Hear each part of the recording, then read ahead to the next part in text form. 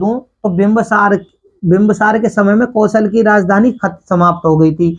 लेकिन इसके बाद में होता क्या है, जब अजात शत्रु राजा बनता है तो विडोबा जो है, विडोबा अपने मंत्री दीर्घचरायण के द्वारा एक षड्यंत्र करता है अपने पिता प्रसन्नजीत के खिलाफ कि इन्हें गद्दी से हटा देंगे और मैं राजा बनूंगा, तब मैं मगध पर आक्रमण करूंगा और जो मैंने काशी मेरे पिताजी ने दे दिया है उसे मैं वापस लूंगा।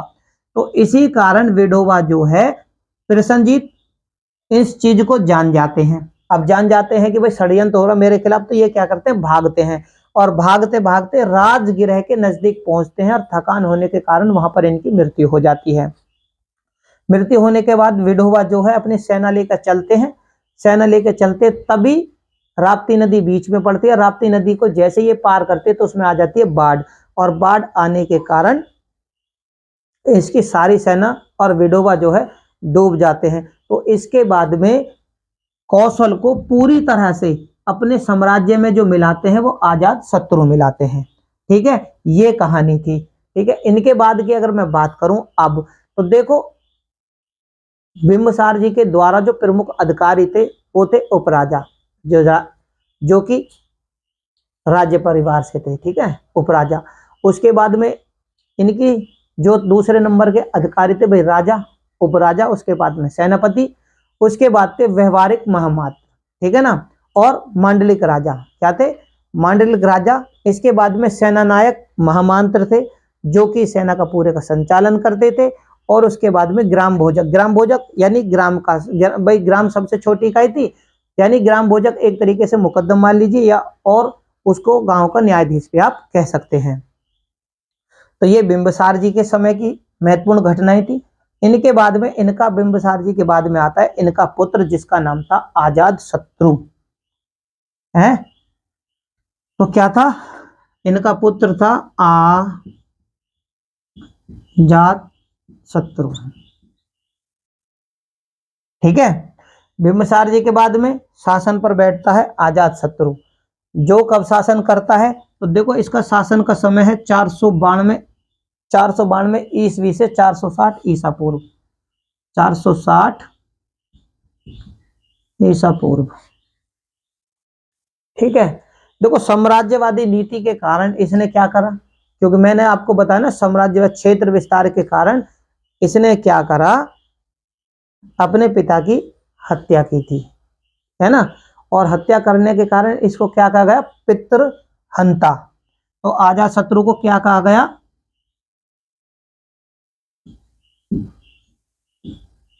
पितृहंता। ठीक है ना। देखो साम्राज्यवादी नीति होने के कारण, यानी क्षेत्र का विस्तार करने के कारण इसने सोचा कि अपने पिताजी को ही हटा दिया जाए और उसके बाद में मैं खुद राजा बनूंगा और अपने क्षेत्र का विस्तार करूंगा। तो इसने क्या करा, अपने पिताजी की हत्या कर दी। इसलिए अजात शत्रु को पितृहंता भी कहा जाता है। वैसे अजात शत्रु का जो अन्य नाम है, एक तो अजात शत्रु को पितृहंता और दूसरा अन्य नाम जो है ना अजात शत्रु का, उसको कुणिक के नाम से भी जाना जाता है। किसके नाम से, कुणिक के नाम से भी अजात शत्रु को जाना जाता है। इसने क्या करा, कौशल और वज्जी, है ना, कौशल और वज्जी को क्या करा, मगध साम्राज्य में मिला लिया। मैंने आपको बताया था कि किस प्रकार से मगध साम्राज्य में मिलाया। प्रसन्नजीत और उसके पुत्र ने जब उसके खिलाफ षड्यंत्र करा तो वो मगध पर आक्रमण करने आया, लेकिन राप्ती नदी में बाढ़ के कारण डूब गया। उसके बाद में अजात शत्रु ने उसे अपने में मिला लिया। और वज्जी संघ, वज्जी की मैं बात करूं तो वज्जी संघ में थे गणराज्य, 8 गणराज्यों का संघ था। ठीक है ना, उसमें वैशाली के लच्छवी भी थे। ठीक है ना, हालांकि इनकी पिताजी के तो देखो वैवाहिक संबंध थे उनसे, लेकिन उसके बाद भी इसने वज्जी संघ में क्या करा, अजात शत्रु ने उस पर भी आक्रमण किया। और आक्रमण करने के बाद भी क्या कहा कि मगध और लच्छवी, यानी कौशल और लच्छवी जो हैं वो बहुत अच्छे मित्र हैं। ये इस तरीके के शब्द इनके उस समय के थे। होता क्या है कि जब अजात शत्रु सिंहासन बैठते हैं, सबसे पहले अपने पिताजी की हत्या कर देते हैं, उसके बाद में कौशल पर अधिकार कर लेते हैं, वज्जी संघ को यानी वज्जी गणराज्य को अपने में मिला लेते हैं। मिलाते किस प्रकार से हैं, तो इनके दो मंत्री थे। ठीक है ना, इनके मंत्री कौन थे, अजात शत्रु का मंत्री थे सुनिधि और वस्कार। ठीक है ना। तो इनके मंत्री थे, मंत्री, इनके मंत्री थे अजात शत्रु के सुनिधि और वस्कार। ठीक है ना, ये दो मंत्री थे जिन्होंने वैशाली के लक्षियों में क्या कहा था, फूट डाल दी थी। और फूट डालने के कारण, ठीक है ना, आजाद शत्रु उस पर विजय प्राप्त कर पाए थे। ठीक है ना, विजय मिली थी। लेकिन इनकी माता, है ना, इनकी माता की वहां की राजकुमारी थी, लक्ष्मी राजकुमारी थी, लेकिन इन्होंने फिर भी उस पर आक्रमण किया।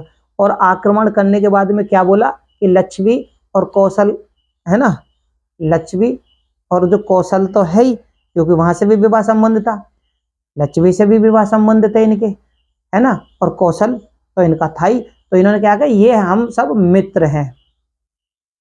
क्या है, मित्र। जबकि वैशाली जो था ना, वैशाली बहुत शक्तिशाली था। तो आजाद शत्रु को इसे जीतने में पता कितना, लगभग 16 वर्षों का समय लगा था। कितने वर्ष? आजाद शत्रु ने अपने मंत्री वस्कार के माध्यम से, वस्कार ने लक्षव्यूह में फूट डालने के लिए क्या करा था, राजगृह में, याद रखना, राजगृह में इससे मिले थे बुद्ध से, बुद्ध से परामर्श लिया था कि भाई इनको कैसे हराया जाए और अपने क्या कहते हैं, अपने राज्य का विस्तार किया जाए। ठीक है ना। तो वस्कार ने फूट डाली वैशाली में, और फूट डालने से आजाद शत्रु को मौका मिल गया। आजाद शत्रु को मौका मिल गया तो आजाद शत्रु ने उस पर हमला कर दिया। आजाद शत्रु को लगा लो वैशाली को जीतने में 16 वर्षों का समय लगा था। कितना? 16 वर्षों का समय। कितना लगा? 16 वर्ष लगे थे, यानी वैशाली की शक्ति को नष्ट करने में।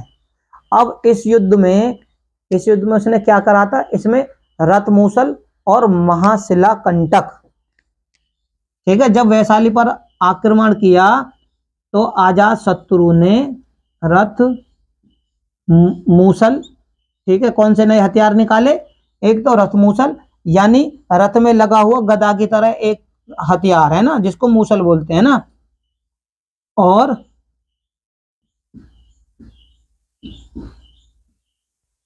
शिलाकंटक, यानी पत्थरों को फेंकने वाला हथियार। एक तो रसमूल मूसल और शिलाकंटक यानी पत्थरों को फेंकने वाला हथियार, नए हथियारों का इसने उपयोग किया था।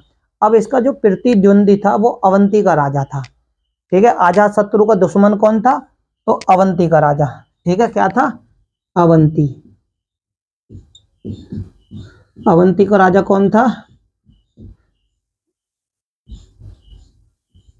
पिरगोत, जिसको चंड पिरगोत के नाम से भी जाना जाता है, शक्तिशाली था।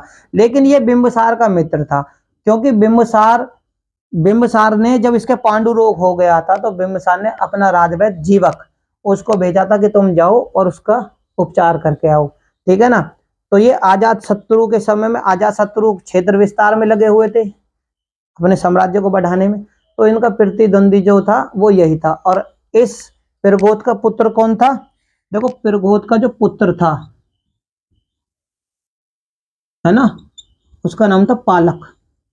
ठीक है ना, उसका नाम क्या था? पालक। अवंती ने भी छोटे छोटे कई महाजनपदों पर अपना अधिकार कर लिया था। ठीक है। अब होता क्या है, अवंती का राजा पिरगोत था, इधर ये अपनी शक्ति बढ़ा रहा था, तो अवंती इसको धमका रहा था, क्योंकि भाई बिंबिसार के समय में तो मित्रता थी, लेकिन आजाद शत्रु के समय में संघर्ष हो गया। तो अवंती धमका रहा था कि मैं इस पर जो है ना आक्रमण करूंगा। ठीक है ना। तो वैसे तो आजाद शत्रु के जीते जी अवंती कभी भी मगध पर आक्रमण नहीं कर पाया। ठीक है ना। और इसी चीज को ध्यान में रखते हुए आजाद शत्रु ने क्या करा, अपनी राजधानी क्या थी? राजगृह की किलेबंदी करवाई थी, है ना। तो किसकी किलेबंदी करवाई थी? तो राजगृह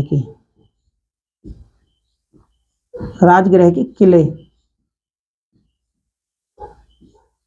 ठीक है, किलेबंदी करवाई थी आजाद शत्रु ने, इसी डर से कि अवंती का राजा कहीं ऐसा ना हो मेरे पर आक्रमण कर दे। क्योंकि अवंती ने वत्सों को भी हराया था, है ना, और अजात शत्रु का समय चल रहा था। तो ये तो हो गई उस समय की घटना, ठीक है ना। हालांकि अवंती कभी भी इस पर आक्रमण नहीं कर पाया। अब आगे बढ़ते हैं अजात शत्रु के समय की। तो देखो अजात शत्रु का जब समय था तो उसी समय महावीर, भगवान बुद्ध और मोखली गोसाल, है ना, इनको क्या हुआ था, निर्माण प्राप्त हुआ था। किस किस को, तो मैं यहां पर लिख देता हूं, महावीर, बुद्ध,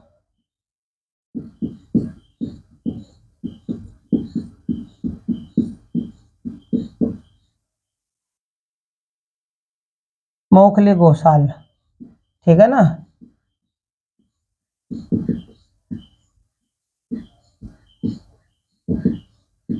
ठीक है ना, इनको क्या हुआ था, महावीर को पावा और कुशीनारा, ठीक है, पावर कुशीनारा, इनको क्या हुआ था उस समय, अजात शत्रु जब उस समय राजा था तो इनको क्या हुआ था, निर्माण प्राप्त हुआ था, है ना। इन अब देखो अजात शत्रु को बुद्ध और जैन धर्म इन दोनों का ही पोषक बताया भी गया है, ठीक है ना। अजात शत्रु के शासन के 8वें वर्ष में इन्होंने अपना निर्माण प्राप्त किया, और जब इन्हें निर्माण प्राप्त हुआ तो देखो भगवान बुद्ध के अवशेषों पर राजगृह में ही अजात शत्रु ने एक स्तूप का निर्माण भी करवाया, है ना, इसी के काल में। दूसरी और सबसे महत्वपूर्ण घटना क्या घटी इनके समय में, कि अजात शत्रु के समय में ही देखो राजगृह में क्या थी, सप्तपर्णी गुफा थी।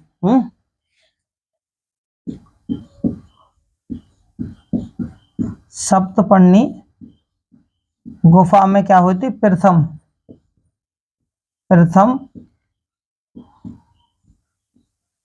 बौद्ध संगति, प्रथम बौद्ध संगति हुई थी, है ना। प्रथम बौद्ध संगति हुई थी, कब हुई थी, तो 483 ईसा पूर्व, ठीक है। इसके अध्यक्ष कौन थे, इसके इसके जो क्या कहते हैं, इसके दो अध्यक्ष थे, महाकश्यप थे, है ना, इसके अध्यक्ष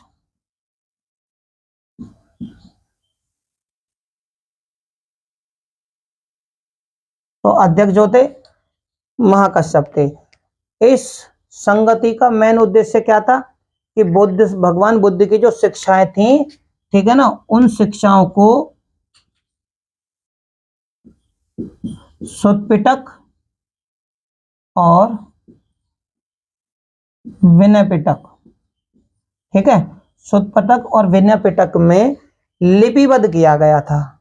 इसमें क्या गया था, तो लिपिबद्ध किया गया था। अब देखो अजात शत्रु ने संपूर्ण जीवन में क्या करा, संघर्ष करा, आक्रमण की नीति अपनाई, ठीक है ना। तो इसके बावजूद भी कुछ पुराणों के अनुसार तो अजात शत्रु ने 28 वर्ष तक शासन किया था, और बौद्ध साहित्य के अनुसार अजात शत्रु ने 32 वर्ष तक शासन किया था। देखो अंतिम समय में अजात शत्रु का पुत्र था, ठीक है ना, और पुत्र कौन था, उसका पुत्र था उदयन। क्या था, आजा अंतिम समय में, है ना, अंतिम जब समय था तो अजात शत्रु का अजात शत्रु अजात शत्रु का पुत्र कौन था, पुत्र था उदयन, ठीक है। उदयन ने क्या करा था, अजात शत्रु की हत्या कर दी। जिस प्रकार अजात शत्रु ने अपने पिता बिंबिसार की हत्या की, उसी प्रकार अजात शत्रु के पुत्र उदयन ने अजात शत्रु की हत्या की थी। तो ये जो जानकारी थी मेरे प्यारे साथियों, ये थी अजात शत्रु से संबंधित महत्वपूर्ण तथ्यों की जानकारी। अब जानेंगे हम उदयन के बारे में।